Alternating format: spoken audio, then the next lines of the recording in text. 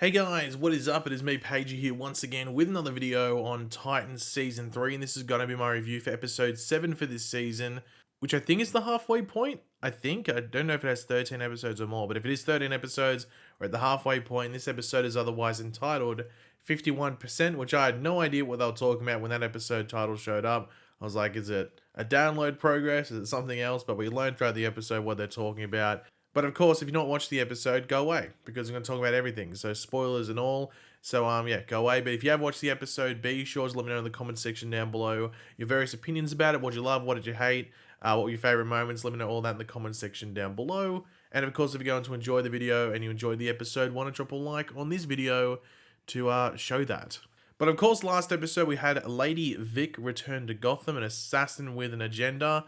And we had some interactions with Barbara Gordon with her, some flashbacks, and some, a fight scene towards the end, which has shaken Barbara up a bit. We didn't see Lady Vic in this episode, unless she was in the background, but we didn't get any focus on her, so I don't know when or if she does come back into things this season. But we did see Jason Todd doing his own thing, sort of breaking free from Scarecrow, which we do see the fallout from in this episode. But the fallout, or the big thing that happens last episode due to that, is Tim Drake's family restaurant is shot up. We don't actually follow up with that, so maybe that's something for a few episodes ahead in time. I'm not too sure, but there's just news reports of it and stuff like that. There's no actual saying what Tim Drake is doing and all that.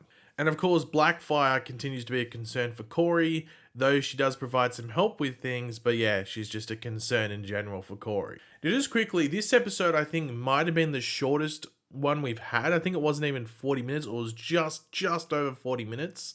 At least it felt like it was extremely short, and I think it's the shortest one, but it was definitely focused on one goal across the whole Titans team, so we weren't balancing like 3 different stories, which had been the case in a lot of the episodes this season. But one question I have for you is that I've seen people saying, like just online in general, but also the comment section of videos, that the show has lost momentum this season after the first 3 episodes, which I don't 100% agree with, but I also don't 100% disagree with at the same time. I just think we got past that new introduction stage for the season with the team moving to Gotham and all of that, and then had the Red Hood episode, which was all flashbacks, and then last week's episode with Lady Vic was centered around events from the past as well. It didn't so maybe it's just a lack of moving forward in the present day into the future with the storytelling that some are frustrated with, which I can sort of understand. But I still think it's doing a much better job with the consistency and quality of the storytelling than last season. But yeah, I know. What are your thoughts on that? I think if people had, had issues there, I think this episode might change it because it was very focused, and I think it definitely, moved forward with certain things that I wasn't expecting, at least in this time frame, like one episode. So maybe this episode changes, those people's opinions. I'm not too sure. But in regards to this episode, we do start in Gotham City, picking up from the fallout from the end of last episode with the shoot up of Tim Drake's restaurant, with Barbara Gordon learning of it and passing on the news to Dick, with us also seeing the fallout on the side of Red Hood and Scarecrow, where it seems Scarecrow isn't overly annoyed at Jason Todd, going off and doing his own thing. But yeah, he then knocks out Jason through a dodgy inhaler, so he wasn't too happy about it. So just to keep Jason in tow, and so he's not going off and doing his own thing and potentially ruining his plan here. So not a lot happens with Jason in this episode. He is pretty much incapacitated and just sitting in a chair for most of the episode.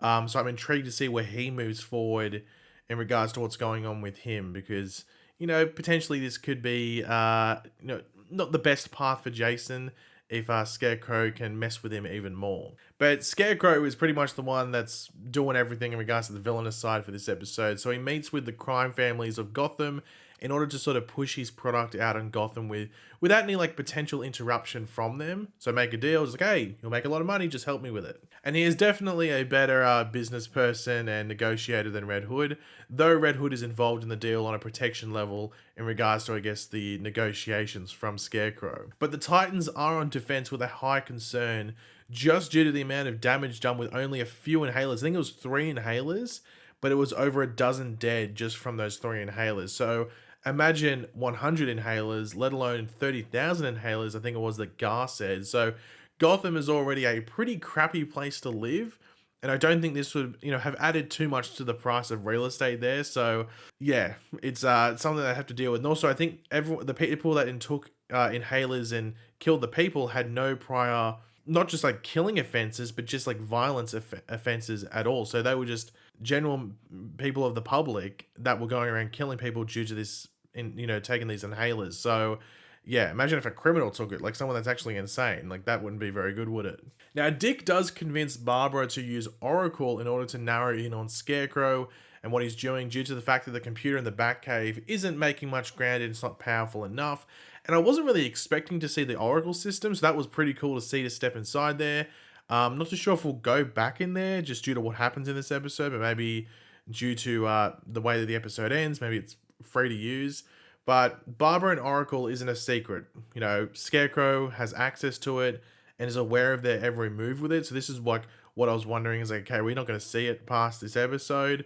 But then once we get to the end, maybe the connection there and, Scarecrow's eyes on Oracle aren't there anymore, but we'll have to wait and see, I guess. But anyway, due to the fact that Oracle has been tapped into and it isn't like necessarily the most secretive thing to use, Dick and Barbara need to think with their little own brains, and they do figure out that Scarecrow needs a lot of power to allow his plan to move forward.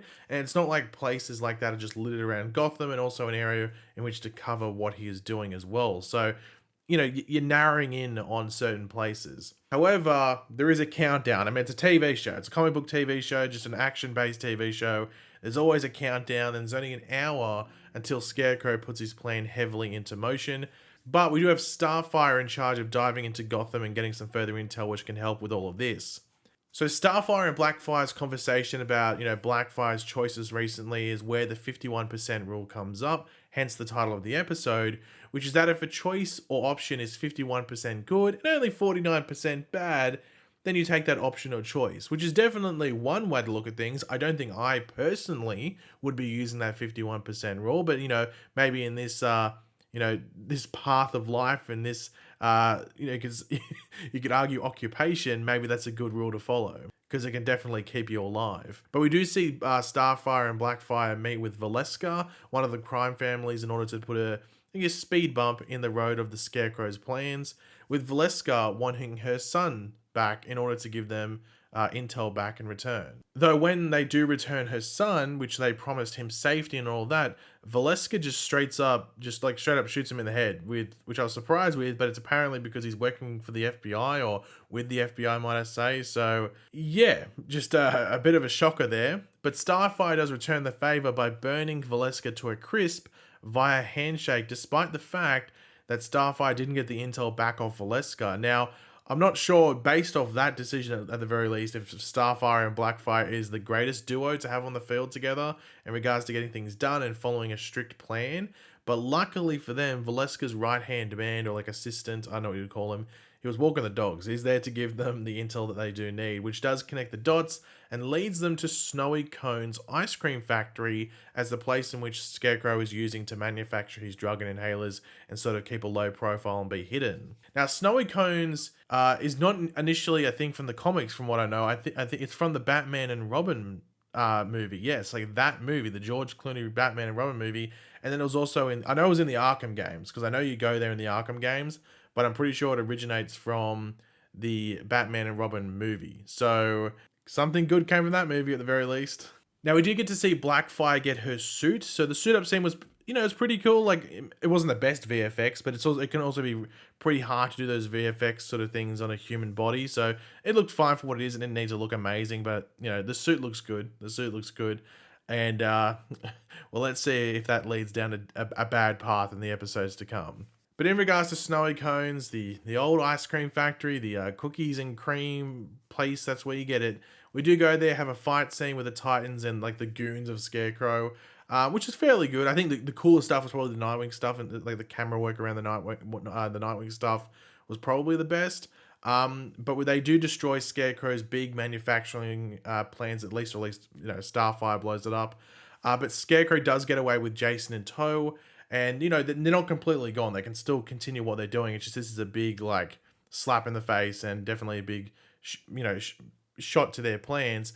But Jason's struggling. I guess it's like a lack of drug and the withdrawals and stuff. But yeah, they're not over with what they are doing. It's just a major shot to the body thanks to the Titans. And we do have the Titans celebrating, and you're just thinking, too soon? I mean, Scarecrow's still out there. Jason's still out there as Red Hood. I guess you celebrate whatever wins you can. But, I was just sitting there thinking, too soon? Maybe finish off the job. But anyway, but that's for us to wait and find out. However, Dick and Barbara do some, how would you put it? A bit more extra celebrating, if you know what I mean. So I wasn't expecting them to get back together. I thought they were moving forward like the Dick and Corey relationship. I thought that's what they said, but I guess Corey's got her own relationship with her sister in, Blackfire. So, yeah, Nightwing and Batgirl back in the bed. But to end off the episode, we did have Gar earlier in the episode go through Jason's room and find a secret area, a secret stash, I think they call it, and finds the letter that Jason received from Molly, which at the end leads Gar to track down Molly in order to get her help to getting through to Jason and snapping him out of what is going on at the moment. So Molly does come back into this story, which I wasn't sure about at the end of the Red Hood Origins episode. So that will be interesting to see play out, and will definitely, you'd have to think, be an indicator of where Jason is just as a person and just a figure. Like, the best situation possible is that he snaps out of it and stops being the Red Hood, the criminal, and all that, just stops being affiliated with the life of crime. But the worst situation could be that, like, he kills Molly, which would highlight not much of a road to redemption. It could be like the last thing connecting him to any sort of good in his life, and then, it could be the last thing that's sort of holding him back from just completely falling in to being, well, on the criminal side of Gotham, and just losing Jason and just becoming Red Hood. So let's see where that goes, because I wasn't sure if they're going to bring Molly back into it, but now that they have, it could be an interesting thing to see play out. But overall, I enjoyed this episode based on the fact that it was really focused, with all the Titans focusing on one story. We weren't having, Dick doing one thing, Starfire and Blackfire doing another thing, Gar and Superboy doing another thing, and then maybe Barbara Gordon doing another thing. They were all focused on the one thing, which I think allowed this episode to flow really quickly, even though it was a short episode in itself anyway. So yeah, as said, about halfway through the season, and I'm still interested to see where they build up to what's the end goal, because I don't see Scarecrow being the final thing. I'd have to assume Blackfire is, but we've got to see where her progression is throughout these next few episodes as well. But yeah. I'm intrigued to find out. But yeah, guys, thanks for watching. Hopefully you enjoyed the video and the episode. If you did, it'd be awesome if you could drop a like on the video to show your support. Let me know in the comment section down below your various opinions about this episode. What you love, what you hate, any theories moving forward, and all that. Just let me know that in the comments. And of course, if you are new to the channel, make sure to subscribe, and I will catch you guys later. Goodbye.